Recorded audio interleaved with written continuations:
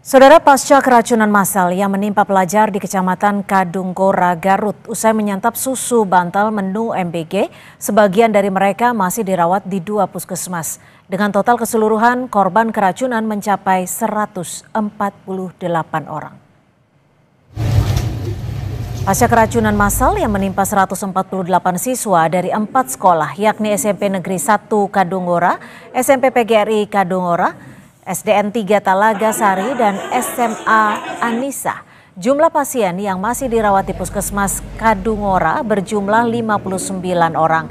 Dan di Puskesmas Leles sebanyak 33 orang, serta yang dirujuk ke RSUD Dr. Slamet Garut 3 orang. Sementara itu saudara, pasien rawat jalan berjumlah 53 orang. Keracunan ini tak hanya menimpa siswa, tapi juga seorang penjaga sekolah. Datang jam 8, susu pertama yang datang. Sebelum dibagikan saya minum dulu. Saya yang kena ini. Ada rasa yang aneh nggak pas diminum susunya itu? Nggak ada, biasa. Jadi rasanya apa aja Pak tadi yang dirasa gejala? Rasa susu aja gitu. Ini ngayar, dan iya, punya pisang muntah 2 kali. Saudara, kasus keracunan MBG terus menimpa sekolah di berbagai wilayah. Sementara langkah BGN yang menutup operasional dapur SPPG bermasalah dinilai bukan solusi jangka panjang. Lalu apa bentuk tanggung jawab BGN yang sifatnya komprehensif? Kita bahas bersama anggota Komisi 9 fraksi PD Perjuangan, Edi Wuryanto. Selamat sore Pak Edi, terima kasih sudah bergabung bersama kami di Kompas Petang. Selamat sore Mbak Cynthia. Ya Pak Edi. Anda tadi mengikuti raker bersama BGN, apa saja yang disinggung oleh BGN dan poin-poin penting apa yang dilaporkan? Baru saja kami selesai, bahkan ini sudah masuk kesimpulan, intinya pertama Komisi 9 tetap mendukung penuh program MBG ini karena kami menyadari bahwa ini program champion Presiden yang memang tujuannya untuk mengatasi malnutrisi, sehingga dukungan penuh dan evaluasi terus kami lakukan. Lalu Ibu Ketua DPR RI meminta kita untuk mengevaluasi secara menyeluruh, maka hari ini kami rapat seharian dalam konteks ini. Yang kedua, memang peraturan Presiden itu sebagai masalah utama karena 82 juta penerima manfaat itu kan melibatkan banyak kementerian dan pemerintah daerah ya.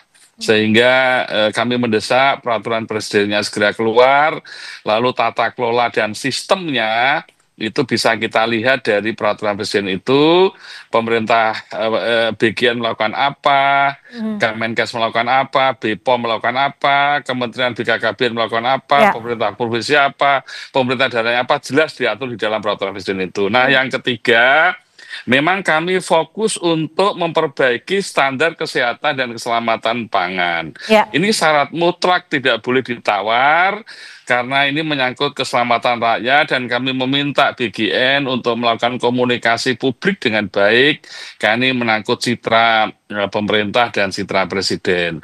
Nah, standar kesehatan dan keselamatan itu kami fokus pada SLHS yang harus dipenuhi, lalu sertifikat penjamah makanan, HACCP, lalu juga CPPOB, ini semuanya harus dilakukan dengan baik. Pak Edi, kalau SLHS tentu sangat penting, tapi di sisi lain yang Anda juga singgung soal Perpres ini, sebenarnya seberapa besar dampaknya ketika Perpres Presiden ini nantinya akan dikeluarkan? Perpres ini akan mengatur hubungan antara BGN dan kementerian lembaga lain yang terkait ya. Jadi saat ini pemerintah daerah mengalami kebingungan, saya melakukan apa untuk mendukung BGN ini.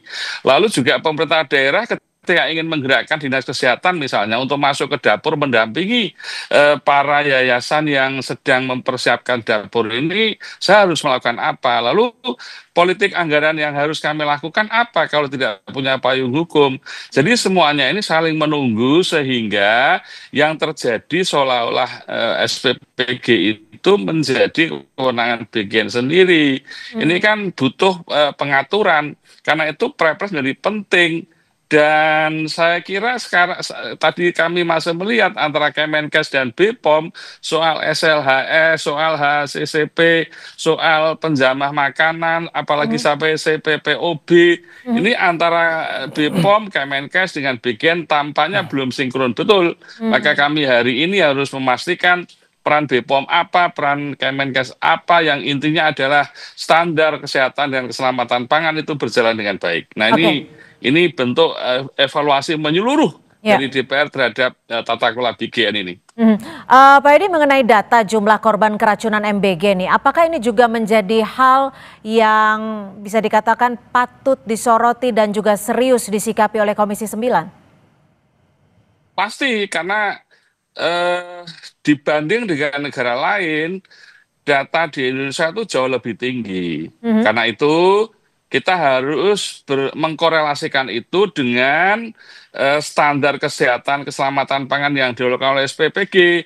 Semakin standarnya dipenuhi, pasti soal keracunan itu pasti akan turun, ya kan? Kalau standarnya diabaikan, pasti akan meningkat. Ini berkorelasi linier, sehingga menurut saya soal keracunan yang meningkat ini berkorelasi. Nah, tentu kami harus menyampaikan kepada BGN komunikasi publiknya yang baik. Karena begini loh, bahwa ini kan soal keselamatan kan, jadi nggak boleh itu statistik. Yang harus kita lakukan adalah bagaimana kita berkomunikasi dengan baik, lalu perbaikan pada tata kelola. Nah, bicara soal perbaikan nih Pak Edi, apa saja evaluasi yang bisa dilakukan dan apakah salah satu solusinya untuk menghentikan sementara? Jikapun tidak, apa solusinya? Mekanisme kontrol silang. Jadi BGN kan memiliki monitoring evaluasi internal tuh. Dia punya instrumen untuk melalui SPPU untuk mengatakan ini dapur layak operasional atau tidak. Itu kan oleh BGN sendiri. Tapi kontrol silang juga harus dilakukan oleh Kemenkes dan BPOM dong, sebagai lembaga di luar BGN yang menilai dengan instrumen mereka layak atau tidak. Maka hari ini kami sepakat penjaminan mutu internal oleh BGN dilakukan, kontrol silangnya mekanisme penjaminan eksternal melalui Kemenkes, Dinas Kesehatan Kabupaten, dan BPOM. Berarti selama ini kontrol silang itu tidak ada ya Pak Edi ya? Masih lemah sekali. Baik. Dan itu terbukti di lapangannya kan, yang kemudian banyak soal makanan tidak baik, tidak layak, sampai terjadi keracunan. Baik, terima kasih Pak Edi Wuryanto, Komisi 9 dari fraksi PDI Perjuangan sudah berbagi perspektif di Kompas Petang. Selamat sore Pak Edi. Selamat sore.